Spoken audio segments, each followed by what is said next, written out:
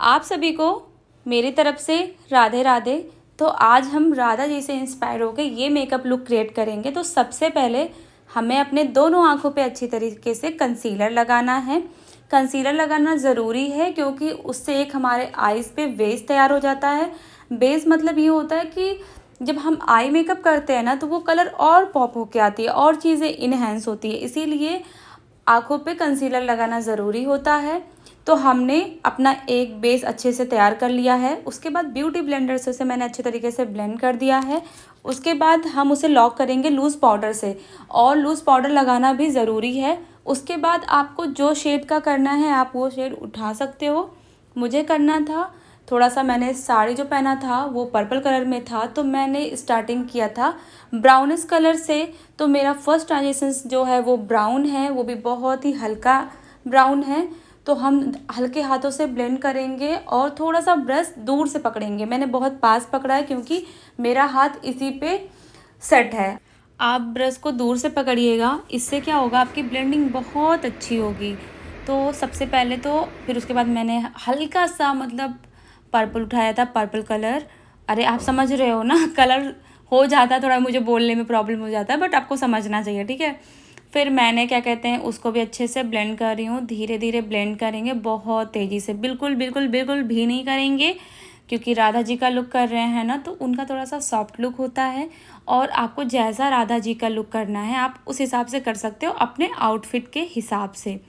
उसके बाद हम क्या करेंगे ना, जो भी आपको सिमर पसंद है, ग्लिटर पसंद है, आप एक कोट पहले सिमर लगा लो। मैंने थोड़ा सा पहले वाइट बेस, हल्का सा मैंने इनर कॉर्नर से वैसे थोड़ा सा वाइट लगाया है। अब मैं इस पे लगाऊंगी सिमर। सिमर मैंने दोनों आँखों पे मैंने लगाना है, लेकिन पहले मैं एक आइज़ पे लगाऊंगी, फिर उसे देखूंगी, अगर सही लग रहा है तो फिर दूसरी आँखों में लगाऊंगी। जब तक आपको सेटिस्फेक्शन नहीं होगा लगाते जाओ लगाते जाओ लगाते जाओ लेकिन बहुत ज़्यादा नहीं, मेरे कहने से नहीं लगाना, जितना आपको नीड होगा सिर्फ को आपको वही लगाना, ठीक है। तो मैंने लगाया है जेल लाइनर, आपको जो लगाना है आप वो लगा सकते हो। जेल लाइनर लगाने के बाद उसको थोड़ा सा ब्लैक से स्मच कर दो तो वाओ मज़ा आ जाता है, ठीक है। तो इसीलिए मैंने जेल लगाया है, मतलब जेल लाइनर लगाया, ठीक है। तो उसके बाद मैंने जैसे फर्स्ट आइज़ में तो लगा लिया था, सेकंड में लगाने में थोड़ा सा प्रॉब्लम तो हो जाती है मुझे, मतलब मेरे साथ थोड़ा सा लाइनर में हो जाता है प्रॉब्लम।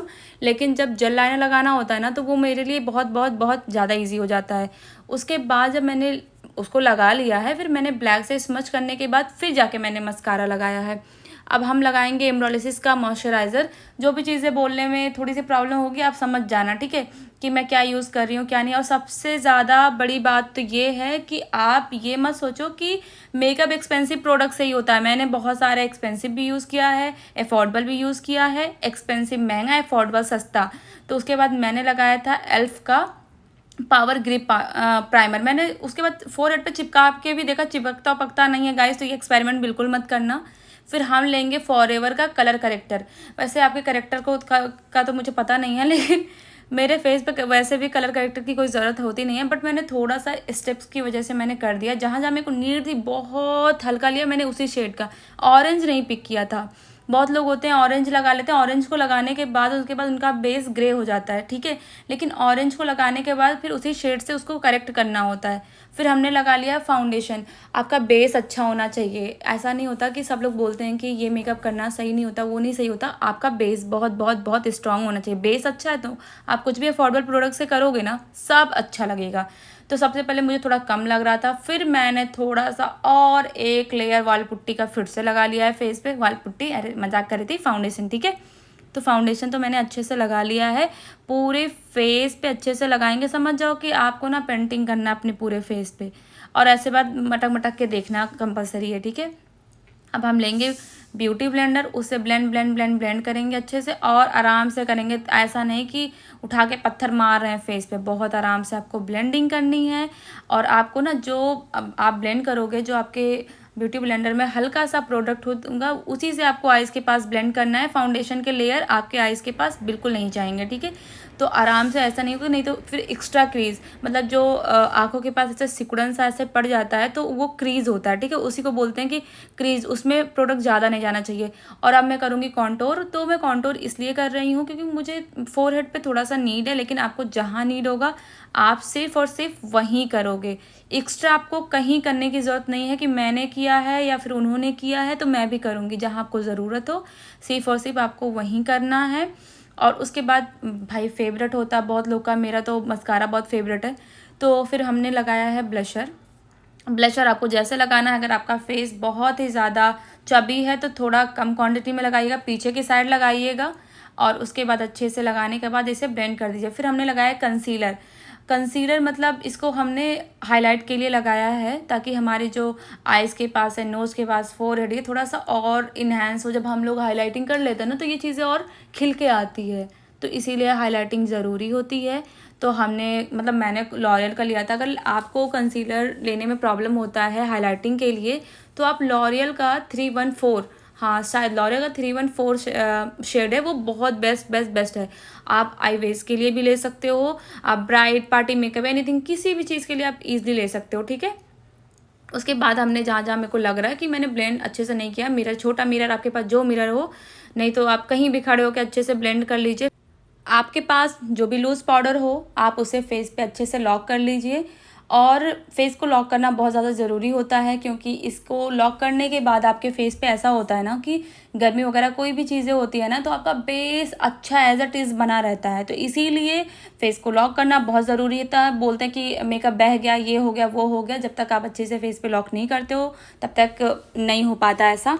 तो मैंने आईज़ के पास थोड़ा सा लूज़ पाउडर इसलिए लगाया है क्योंकि मुझे जब आई मेकअप हम लोग करते हैं ना तो जो भी एक्स्ट्रा प्रोडक्ट गिरता है ना तो उसको हम साफ़ कर सकते हैं। तो मैंने किया है, अभी मुझे आईब्रो सेट करना है तो मैं आईब्रो सेट कर रही हूँ। आईब्रो सेट करने के बाद उसके बाद हम अपने फोरहेड पे राधा जी का जो डिज़ाइन बना रहता है, आपको जो इजी पड़े, आपको जैसे बनाना हो आप वो चीज़ बना सकते हो। तो मैंने लिया था जूड़ा पीना आता है ना, तो मैंने उससे बनाया था क्योंकि उसके पहले भी मैंने ट्राई किया था, वो काफ़ी मोटा बन गया था तो मुझे उससे इससे थोड़ा सही लगा था। तो आपको जैसे ईजी पड़े, अगर आपको बनाना, आपका आर्ट वगैरह अच्छा है तब तो आपके लिए ईजी है। मेरा आर्ट बहुत ख़राब रहा है शुरू से। फिर मैं लूँगी ब्रश और ब्रश से मैं इसको थोड़ा सा शेप दे रही हूँ और आप थोड़ा सा ध्यान दीजिएगा कि मेरा ब्रश इस डिज़ाइन की वजह से ख़राब हो गया था।